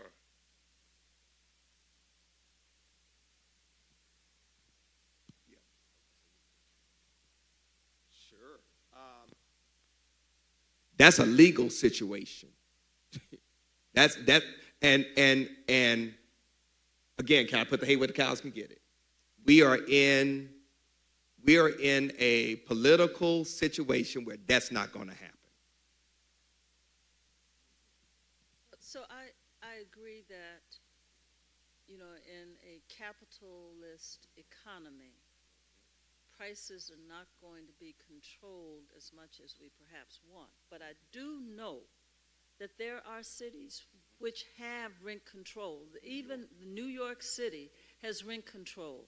In Portland and Seattle, in order for a developer to start a new project, they have got to certify a certain number of the units that they are building are going to be affordable housing. Now, of course, we need to talk about affordable. Is it 0 to 30% or is it 30 to 80%? But in any event, that's an issue. It troubles me how long-term residents who have been in their homes for decades are being forced to pay exorbitant taxes based on property re-evaluations that are brought about by gentrification. And I have spoken to one of our county commissioners, and I want to know, why can't they develop a taxing structure that gives relief to long-term residents of these areas that are being gentrified? You know, if you sandwiched in around people who have torn down houses in your neighborhood to build up Mac mansions, let the Mac mansions pay the taxes. Right. But me, who I've been here for 30 years, I've struggled and bought this house, I can't afford $4,000 and $5,000 a year on a fixed income. And, you know, Mecklenburg County gives you a break on your taxes, but your income can't be above, is it $30,000? You know, a lot of people will make $30,000 even in retirement. But it still costs a lot to exist on $30,000 and to get a $3,000, $4,000, or $5,000 tax bill because some yuppity people come in and move into your neighborhood is, to me, unjustly unfair. And it's crazy because my predecessor was intentional about St. Paul staying in this community. This is why we have the affordable housing in this neighborhood. We got a waiting list with the developer of over 200-something folks waiting to, trying to get in. But we were intentional about anchoring down in this community because this community has gone through significant gentrification. And I knew we were in trouble when I saw white women walking their dogs and babies in this neighborhood. And so I don't want to sound flippant, but a lot of that is going to take a political will that unfortunately here in North Carolina is relatively non-existent, both Democrats and Republicans.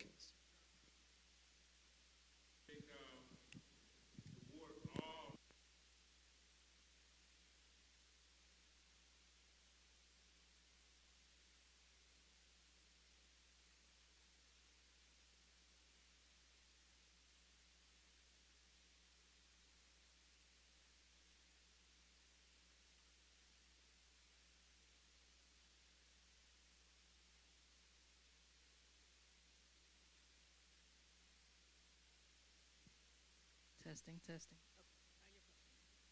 Hey, thanks so much for your information today. I had a question for Sheriff. You raised a good point, Dr. Scott, about a lot of people being in prison, a lot of people being in jail. You raised a good point about a lot of people being in jail who simply can't afford bail. Different cities have experimented with bail reform. Specifically, poor people are the ones who end up staying in jail, who don't need to be there. So I'm curious about the 1,500 residents. How many of them you feel need to be there? And in the bail reform, your thoughts on that? Well, first of all, I have nothing to do with who stays there or who leaves there. Let's make that clear. The sheriff does not bring people there, or I mean, we do, but we don't have, I can't tell the judge to let this person out or keep this person. That's the first thing. There was a bail reform bill policy was made here in Mecklenburg County a couple of years ago. But you have to understand there's people just can't get out because they don't have the income to get out, number one. Number two is that the system shut down for 2 years and nobody went to court for 2 years. So the people who were waiting to go to court for 3 years had to wait an additional 2 years now to go to court. So our system is backed up 5 to 7 years. But let me make sure you understand that the sheriff, I know people want to blame me so bad, and I pray for y'all. But the sheriff doesn't keep anybody there, and the sheriff doesn't release anybody there. I receive an order from a magistrate or a judge to allow a person to come out. How people get to my facility is usually a 911 call. And that 911 call brings an officer to your home, and then that officer has to decide whether that person should come down to the detention center. So we don't have the control of who comes in or who goes out. But you need to look at, and if you need a copy of it, I can get it to you, you need to look at the current bail bond policy that was created without the sheriff's input. Thank you, sir.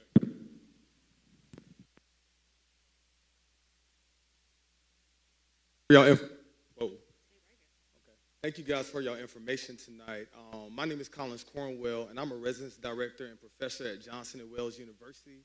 And so when you guys were speaking in terms of education, that conversation resonated with me the most because I believe that it's prevention and the protection of our children in order to stop the crisis from happening. And so the question that you asked that was the most salient with me is, are there times where your spiritual values are in conflict with your profession? And just as a believer who's in education, I just see this all the time where there are educators who are believers and they decrease their spiritual values in order to go with policy or go with the current trends and ideologies that's being pushed on our students. So my question is, and specifically for the woman who was speaking on education, is how do you balance upholding your spiritual values and also maintaining the integrity of your profession?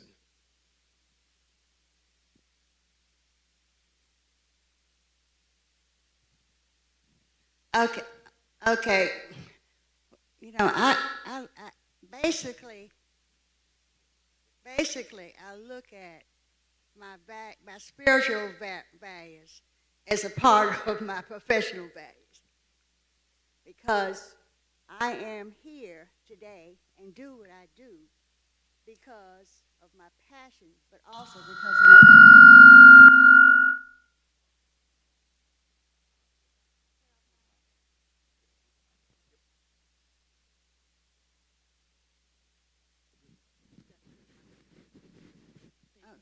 Okay, because of my spiritual teachings and learning through the years, where I am, I consider that a part of my professional teachings. Now, the work that I have done over the years, I have to understand when working with different families and different children that don't have the same faith that I worship, that I have to take that in consideration but it doesn't mean that I don't teach them.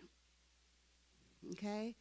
So in terms of policies that are developed in our school systems, then what happens is that we have to think in terms, that's where we have to take a role in terms of going in and talking to those folk who are making those policies, that if you're going to serve all children, then you have to make sure that you have a curriculum that is going to adjust everything, all children within that school.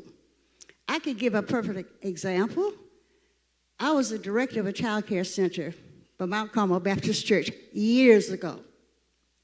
I had several children in my program that were, one was a Jehovah's Witness, the other was a Muslim. When the parent came to me and told me exactly what they could and could not do, then I said to my teachers, that doesn't mean that these children don't learn. That means that we have to adjust it so that they will get the same thing, but we also have to honor them. So that's one of the things that I have tried to do when I go into schools, because it's the same way. So when you go into schools and you're teaching, most of the work that I've done over the 40 plus years has been with adults. But I have gone in and talked and working with them and doing the training that he's talking about with them. I have said you have to look at the whole child, but not only the whole child, but the whole family. And you have to respect that.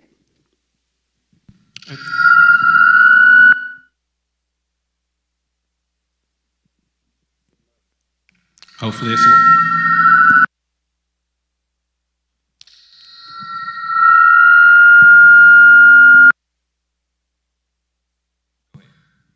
I think we're good.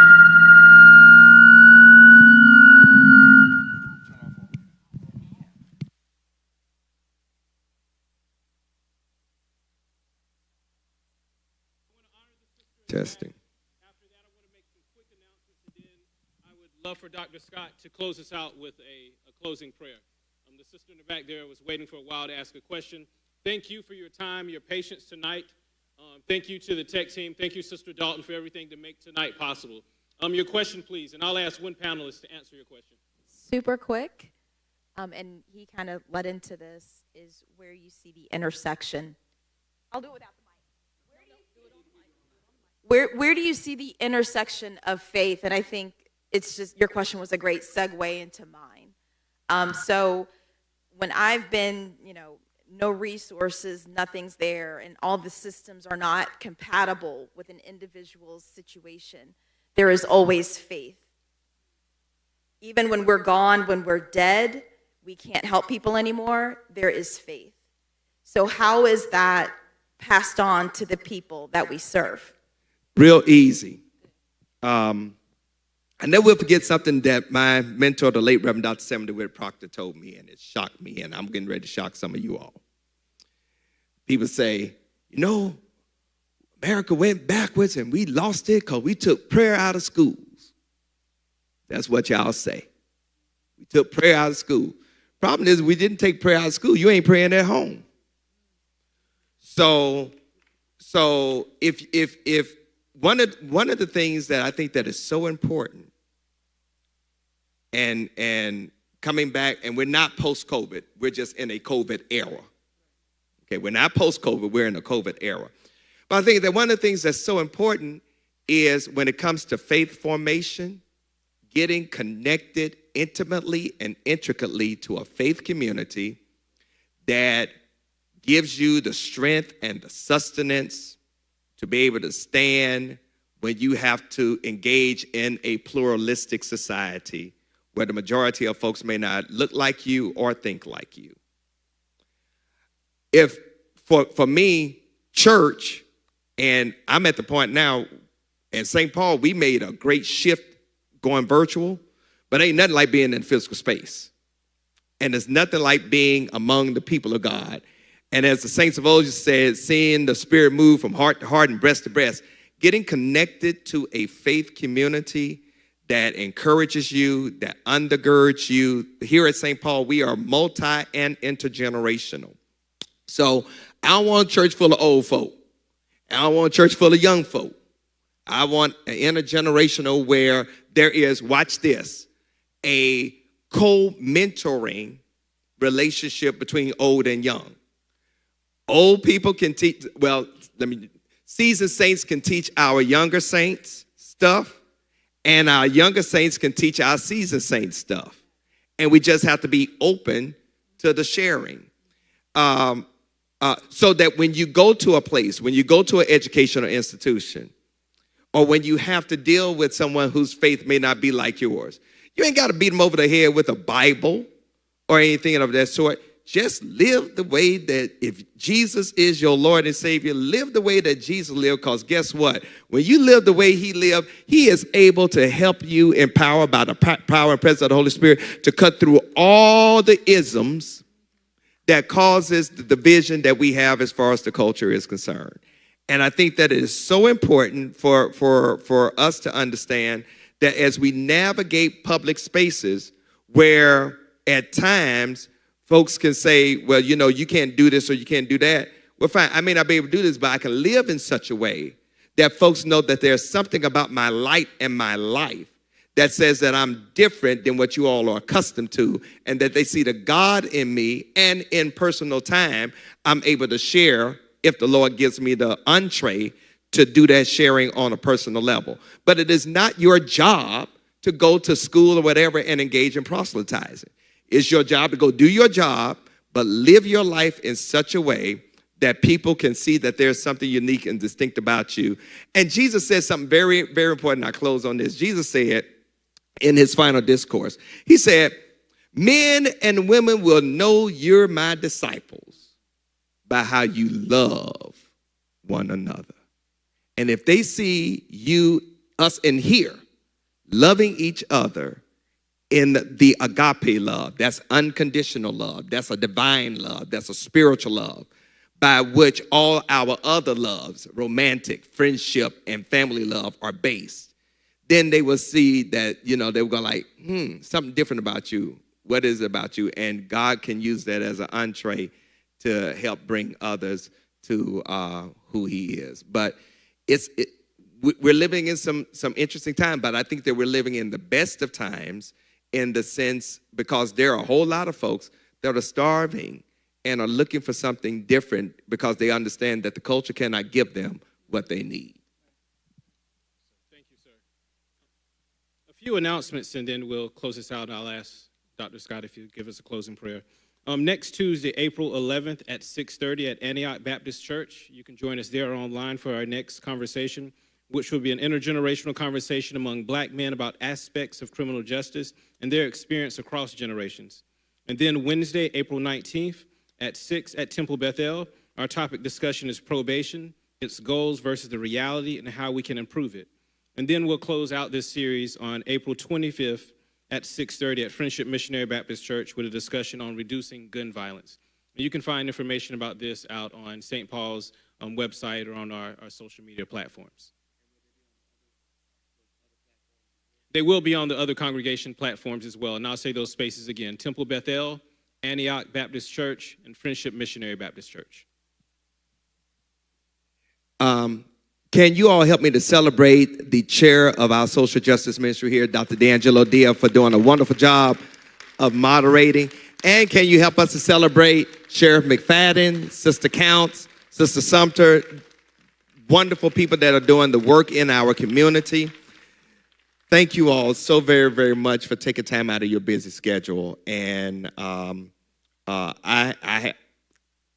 it's resurrection time. I have hope that better days are coming, and I have hope that we can be even better together than we are apart. So let's bow our heads for a word of prayer. God, we come and we thank you for not only conversation, but insights and things that are needed and what we can do to address. And Lord, we realize that even in today's time, it is 8 versus 80. We realize that there are more people who love to talk, but when it comes time to doing the work, it's only a few that will show up. But yet, like Gideon, you were able to reduce us from 30,000 to 300, take some pictures and a trumpet, and turn things upside down. You never need a lot. You just need some folks that are willing. And tonight, we thank you for the willing who have gathered in person and online through education, the legal system, political, our detention center, from all over this area to come and do the work of ushering in the essence of the beloved community. So, Lord, as we leave this place and space, but never from your presence nor your power, keep us in your sovereign care. Empower our young people to be lights shining in a dark and dismal situation. Empower our wise sages to continue to pour into us so that we can take what they've gathered and gleaned and continue to spread their wisdom. And then, God, be pleased with our efforts and fill in the gaps where you can so that ultimately you're glorified and your world is made better because of our efforts. It is in the name of our Christ, the resurrected Redeemer, we pray. Amen. Thank you all.